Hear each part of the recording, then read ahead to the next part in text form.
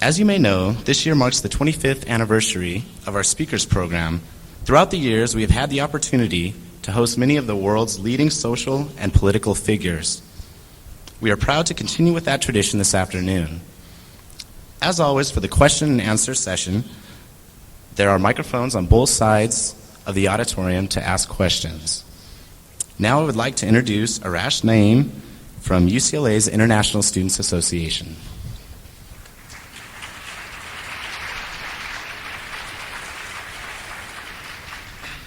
On behalf of the International Students Association, I'd like to welcome you all to the special event that we're having today. I'd like to take a couple minutes to acknowledge the people that have made this program possible. I'd like to acknowledge All Saints Episcopal Church in Pasadena, the University Religious Conference, the Center for Student Programming, ASUCLA, the Office of International Students and Scholars, and the Student Affairs Division of UCLA under Vice Chancellor Winston Dobie.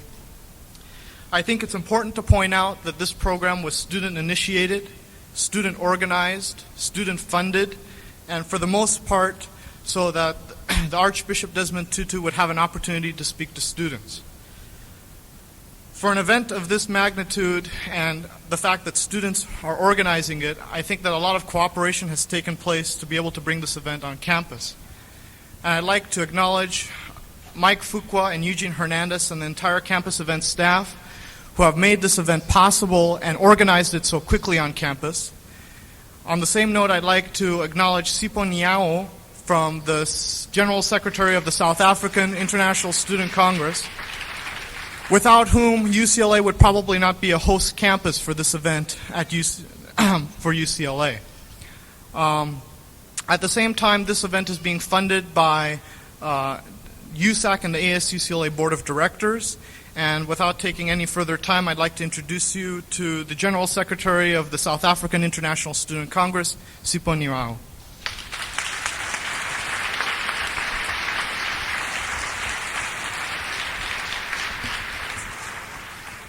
Thank you. The South African International Students Congress, representing the aspirations of South African students in North America, with the intention of enhancing and promoting their educational skills and their levels for the sole aim of returning to South Africa and working for the future of a truly united, democratic, and free South Africa. We believe that the doors of learning and culture should be open to all, as our embodied in the People's Document, the Freedom Charter. We in SciSCO, based at the University of California in Los Angeles, an internationally recognized institution with a diverse cultural population, strongly believe in the spirit of internationalism that binds together the struggling people and the oppressed people of the world in general. It is this spirit that we not only remember the thousands of our people that have died and sacrificed for genuine freedom, but also the brave and courageous peoples of the Palestine who just this week have seen some of their compatriots butchered. In the same spirit, we remember Tiananmen Square, the brave students of San Salvador and South Korea today. We believe that this type of consciousness in our policy is not only a quality of good scholarship, but a genuine concern and compassion for humanity. We welcome the opportunity that we South African students have been invited here today to introduce Vice Chancellor of Student Affairs, Winston Dobie, who will introduce our main speaker for today, Archbishop Desmond Tutu, our comrade. Thank you.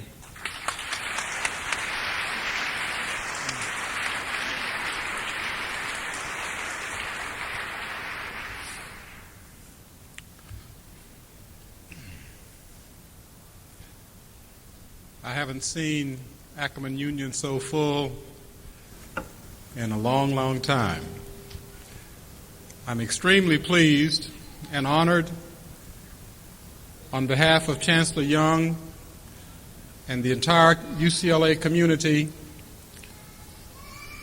to welcome Archbishop Desmond Tutu back to our campus.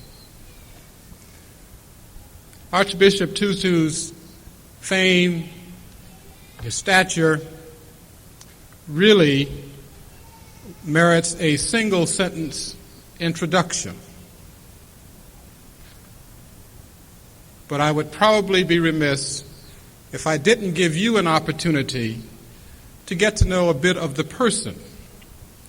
And so I've chosen to focus just a few minutes on some of the human side of what makes Archbishop Tutu such a special person in the way in which he has chosen to carry out his mission in this life.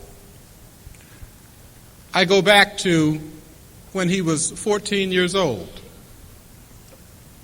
You don't read this in a biography, but Archbishop Tutu spent 2 years in a hospital in South Africa suffering from tuberculosis. And it was in that 2-year period when he met one of his first mentors, Trevor Huddleston, bishop in South Africa, who, among other things, provided the early moral leadership and the encouragement for his further development.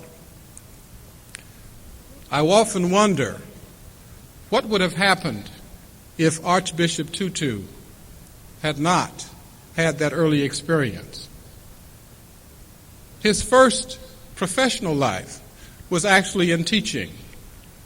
He followed in the footsteps of his dad, who was an elementary school teacher in South Africa. And his first love was, and still is, medicine. Archbishop Tutu's objective in life as a young person was to become a physician and to serve his people in that professional way. But when it came time to go to medical school, he did not have the resources to pursue his first love. And so he continued to teach. And it so happened that while he was teaching, the South African government decided to take the responsibility for the education of blacks in South Africa out of the hands of the churches and to give that responsibility to an irresponsible civil authority. Archbishop Tutu decided he could not continue to teach under that particular regime, and so decided to pursue what he himself calls a soft alternative. Archbishop Tutu decided to pursue the ministry. And so he continued his education in England, where he received both a bachelor's and a master's of divinity, and returned to his native country. And it was following the Soweto riots in 1976 that Archbishop Tutu was cast on the national stage. And from there, the rest is history. You know that he's received the Nobel Peace Prize. But what you may not know is that he donated 100% of those funds for the establishment of this scholarship to support the education of South African refugees studying in the United States. It is his recognition that in the future of South Africa, the development of human capital, the development of leadership, is what that country will need. Archbishop Desmond Tutu has put his money where his commitment is. And it is his hope that through his travels to the United States, that he will secure the kind of support that this scholarship warrants. I'm especially pleased to say that UCLA participates, along with the rest of the University of California system, in a program designed to educate professionals in South Africa. That program has focused in the previous years on community service, but it is clear recognition now that the next level of need is national service. Without further ado, it is my real distinguished pleasure to introduce to you Archbishop Desmond Tutu.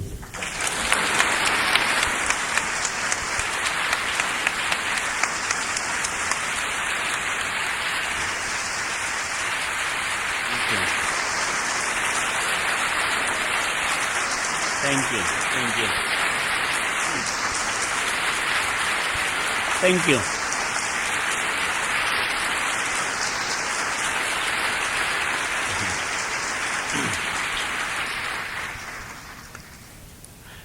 Dear friends, thank you very much.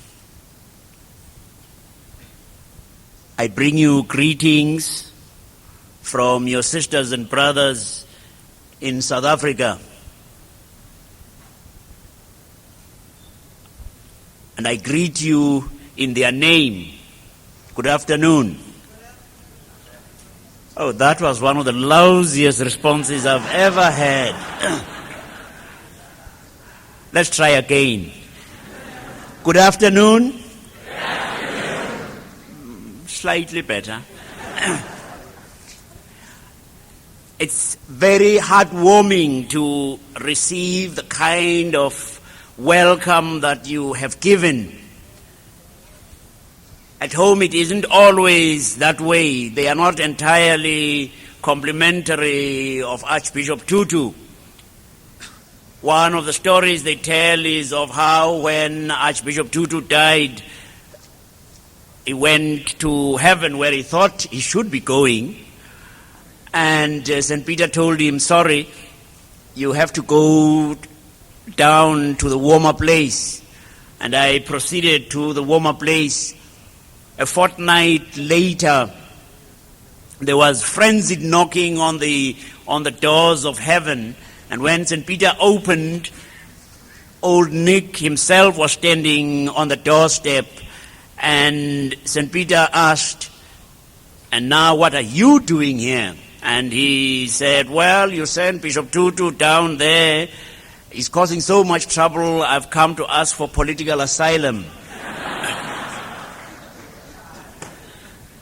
I come also to express on behalf of our people back home, those many millions who have been victims of a vicious system of injustice and oppression, to express on their behalf a very deep thank you to all of you who have over the years supported our struggle for justice, for peace, for reconciliation, for a new South Africa, a truly democratic South Africa, a non-racial South Africa, a non-sexist South Africa.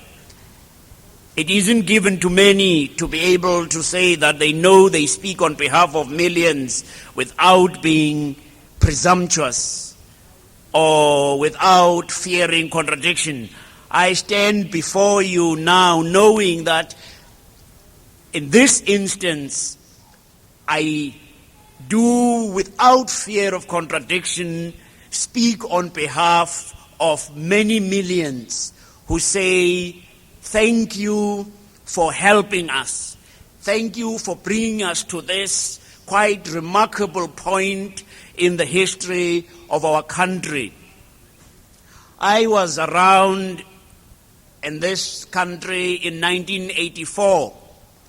And at the time, some of us were asking that this country impose economic sanctions on the South African government as a non-violent strategy to force the South African government to the negotiating table. And at that time, it seemed totally inconceivable. And many who today say differently, when you said to them, how about getting Congress to change its policy towards South Africa? Well, many of them thought that you needed to have your head read.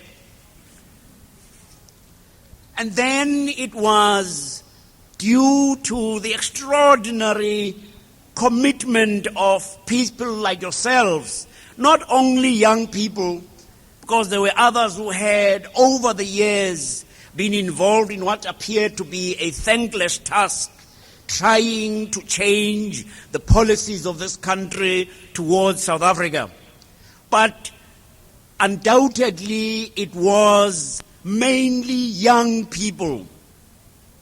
You see, it had been young people who, through their importunity, had forced this country to make a moral decision to quit Vietnam.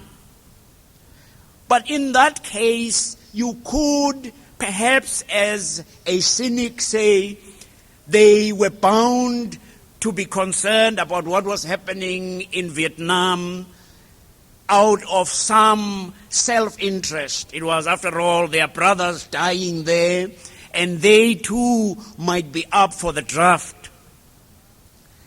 I came around these parts, and at much the same sort of time as now, was quite awed by the sight of several thousands of students sitting out in the baking sun, protesting and campaigning, demonstrating in favor of their institutions, divesting from companies that were operating in South Africa. At a time when most students would quite justifiably have been concerned about their exams and about good grades, here one was seeing the spectacle of students who were saying, there are some things that are much more important than making it in the rat race. And here they were, concerned about people 10,000 miles away.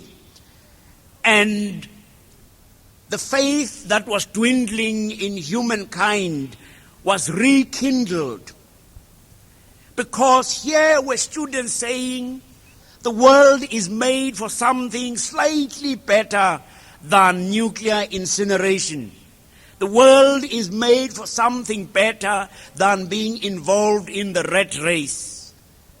And I want to say thank you, for you helped to change the moral climate of this country to the extent that something totally inconceivable happened.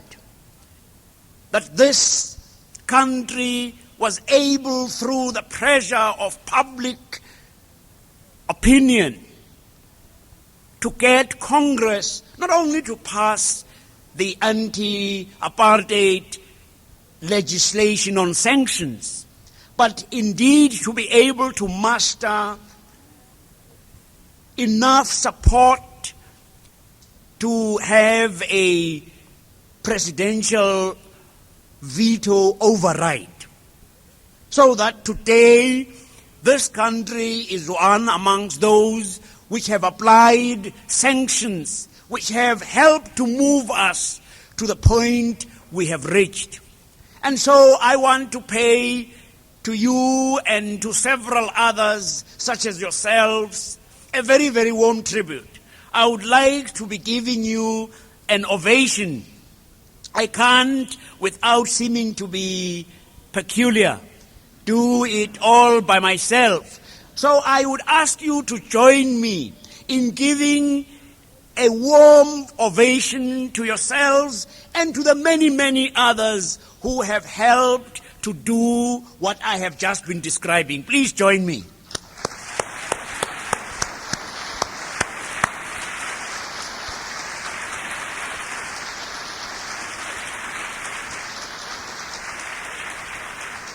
I don't think that is enthusiastic enough. I mean, I think you should give it some more oomph than that. Come on, let's try again. Come on.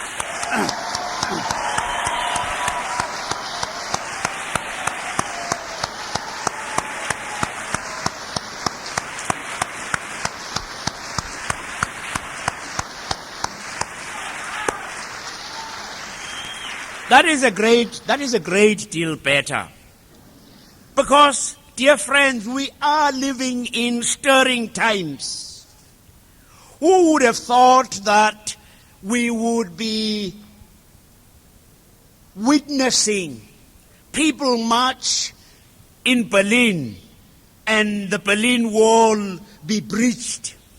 Who would have thought that we would be seeing freedom breaking out in so many unlikely places? In Romania, in Poland, in Czechoslovakia, in the Soviet Union, in Chile. And then to have, on February the 2nd, the State President of South Africa make an epoch-making speech in which he would announce the unbanning of the ANC and the PAC and all of those organizations that had, over the several decades, been restricted in the way in which South Africa had restricted them. And on February the 11th, that extraordinary phenomenon when the world and his wife sat glued to their television sets, all of them watching a remarkable event, a prisoner walking out of prison, a black prisoner walking out of prison, and as he did so, the whole world erupting in celebration because Nelson Mandela had become free. Remarkable events. To see a man who had been incarcerated for so many years come out when many were expecting that he would be spewing forth fire and brimstone, anger, revenge, bitterness. He comes out smiling. He comes out showing forth a gentleness, a magnanimity, a caring, and a commitment not to lord it over any section of the South African society, a commitment to what we had all been dreaming about, this new South Africa, totally democratic, free, a South Africa where all of its people would be able to walk with their heads held high. We are seeing remarkable things. Seeing the same Nelson Mandela leading a delegation of the once banned ANC, sitting across a table away from the State President of South Africa. While witnessing dreamlike events, you fear that indeed you are dreaming, for it is so unreal. And you fear that someone will shake you awake and say, the grim reality of South Africa is this one. It's a dream that has gone on now. And you have been an important part in bringing about that dream. You have said that people are made for freedom. People are made for freedom freely. That you cannot forever repress people. Wasn't it a heartwarming, something that sent thrills down your spine when you looked at that student who kept standing in the way of tanks in Beijing, speaking about this extraordinary courage that is willing to suffer and pay the highest possible price for this thing, freedom. And so we are seeing the remarkable events in our country where something that we were dreaming about, something for which so many have been striving and campaigning and demonstrating. Something that seemed to lie somewhere in the distant future. We're seeing it as something that is graspable. We're seeing freedom for all South Africans as something that we can now take on. And you have been a part of the forces that have brought us to this point. I have no doubt at all, my dear friends, that had it not been for your campaigning, had it not been for your commitment to our struggle, had it not been for the imposition of economic sanctions on the South African government, we would not be where we are today. South Africa did not move out of Angola where it was fighting because they underwent a Damascus experience of conversion. It was because they could no longer afford it. It was because of the economic pressure of sanctions. It is because of sanctions that today Namibia is free and independent. You have heard sometimes people say, oh, no. Don't apply sanctions. They hurt blacks. Thank you. I must say, I did not know that there were so many altruists in the world. Newborn philanthropists who have, through investing in South Africa, benefited through bloated dividends that have come about because of cheap labor. Who provided that cheap labor if it was not these blacks for whom you have this newfound sympathy? I haven't heard any of those who are now so concerned about black suffering utter even a squeak against all that has happened to our people until this point. And I am amazed. Here in this country, you apply sanctions at the drop of a hat on places like Nicaragua and Panama.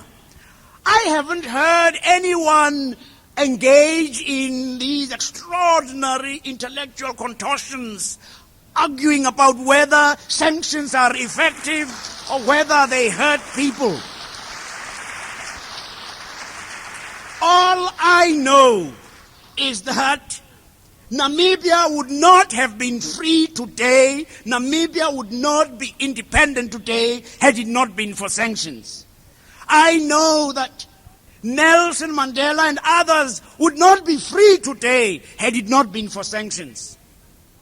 And I know too that we would not now be facing the real prospect of negotiations to end the vicious system of apartheid had it not been for sanctions. And if you worry about sanctions hurting us, I would say worry more about apartheid. Worry more that the problem is not sanctions, dear friends. The problem is apartheid. Get rid of apartheid and there won't be any reason to have sanctions. And when apartheid ends, then sanctions will end. And I have said, when apartheid has ended, I won't only call for the lifting of sanctions. I will come round here and say to you, lift sanctions and please come with all your massive dollars, invest in our country.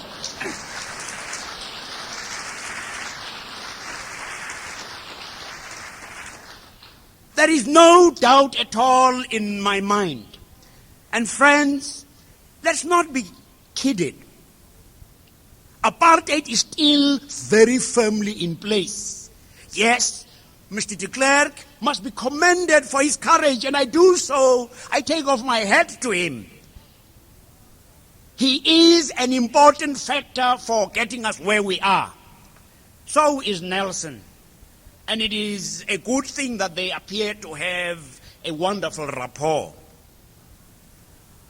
But nothing concentrated their minds as much as the fact of sanctions. Friends, apartheid is still in place. Nelson put it dramatically. 27 years ago, he said, I went to jail. I did not vote in my country because I could not vote. 27 years later, I emerged from jail. I do not vote in my country because I cannot vote. That is the nub of the issue. It isn't whether they now decide they want to open hospitals to blacks. They now say, well, you can go into this entrance which used to be for whites. The height of our political ambition is not being able to share toilets with white people.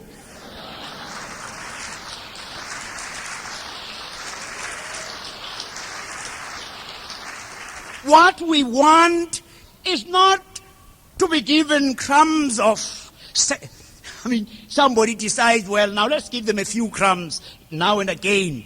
No. We want to be sitting at that table deciding the menu together. We don't want crumbs of comfort that are thrown at us. And the South African government has discovered that despite all the many years of repression, they discovered that our people said, yes, you trod on our dignity as human beings. You rubbed our noses in the dust, and you thought that we were going to emerge as docile zombies. And then last year, our people showed them through the Defiance campaign, when we said, we are going to defy unjust, immoral laws, because an unjust law does not oblige obedience. They discovered then that they had not knocked the stuffing out of us. We couldn't walk on beaches last year. The South African government discovered, they are not unsmart. Although, sometimes you have wondered whether they aren't. They tell the story of a character called Van der Merwe, who is not over-endowed with brightness, who says he's upset that the Russians and the United States are getting all the kudos for their space program. So he announces that South Africa is going to launch a spacecraft to the sun, no less. And when people are aghast and say to him, Padachman Jong, Van der Merwe, before it gets to the sun, it will be burned to cinders. He said, you don't think we are so stupid in South Africa? We are going to launch it at night.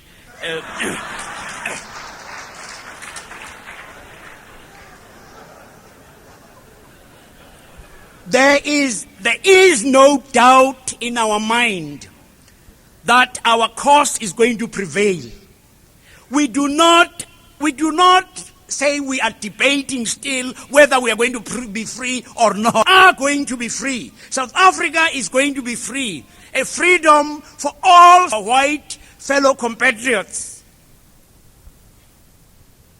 You investing too much money and time and energy seeking to protect your separate little freedoms, and you find you have little time left over to enjoy them.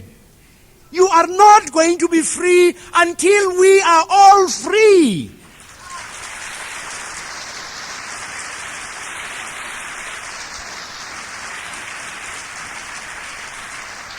And because we believe that this is a moral universe, because we believe that right and wrong matter, we say our cause will prevail.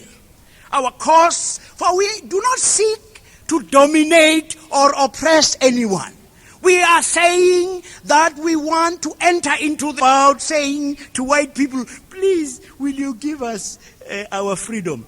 Alienable. Our freedom is God-given. Say to you, friends, you who have such an important partnership with us and with all who love justice and freedom and peace, we say we are going to be free. Black and white together. We know that the only way we will be able to survive is together. Black and white together. The only way we can be human dehumanizes the oppressor, and also we say we can be human only together, black and white. And we say, here is this glorious vista. The day is dawning now, friends, when black and white will be able to hold hands together, to stride forth into this glorious future, the future that is opening up for all of us in one of the greatest countries the world has known. We have a great country. It has got some of God's best people around. It's going to become one of the greatest countries in the world, God's own country, with apologies to America. And we say, as you have been helping us, continue to do so. Maintain the pressure, the moral pressure of seeking to see justice being done in every part of the world. Scourges the world has known. Help us. Help us, not just of the subcontinent, but indeed of the entire continent. Be a launching pad to launch the whole of Africa into the 21st century. That's a glorious enterprise to be engaged in. And we know, whatever they may put against us, victory is assured. And we say to our white compatriots, come, we are being nice to you. Join the winning side. Join the winning side. And we say to you, friends, we shall soon be issuing you with invitations to come and celebrate with us the liberation of South Africa for all of its people, black and white together. Thank you.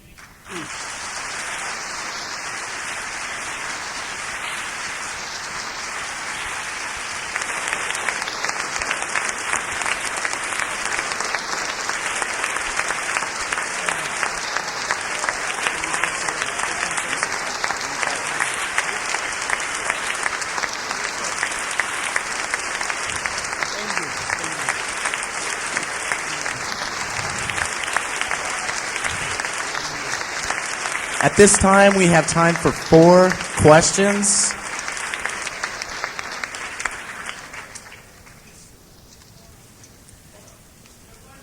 Under de Klerk, what are the improvements, if any, for political prisoners and detainees? Others. But there has been a discussion to see that there is a general amnesty that is free to be able to participate in the discussions. For you, the kinds of things that he has had, as it were, to stand up against. Thank you. Good afternoon, Archbishop Tutu. Thank you so much for giving us the opportunity of listening to you this afternoon.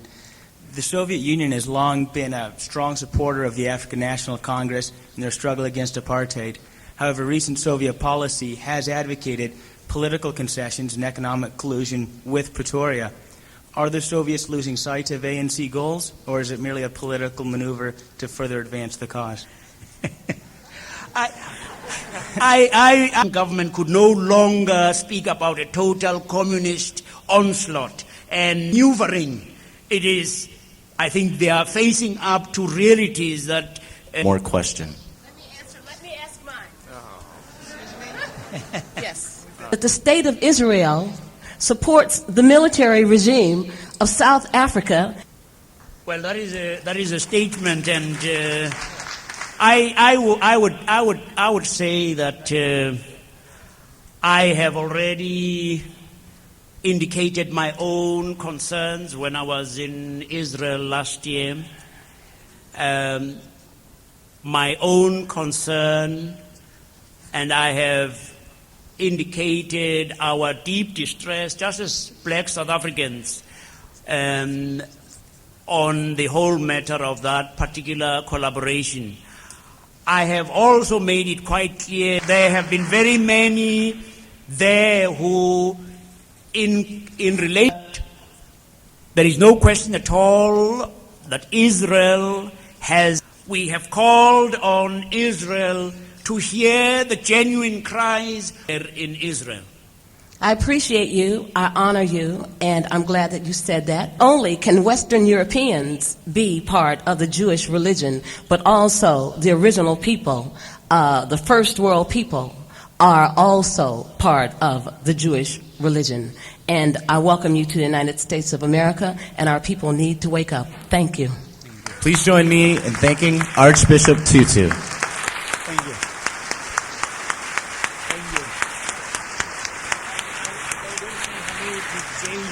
She's a great friend.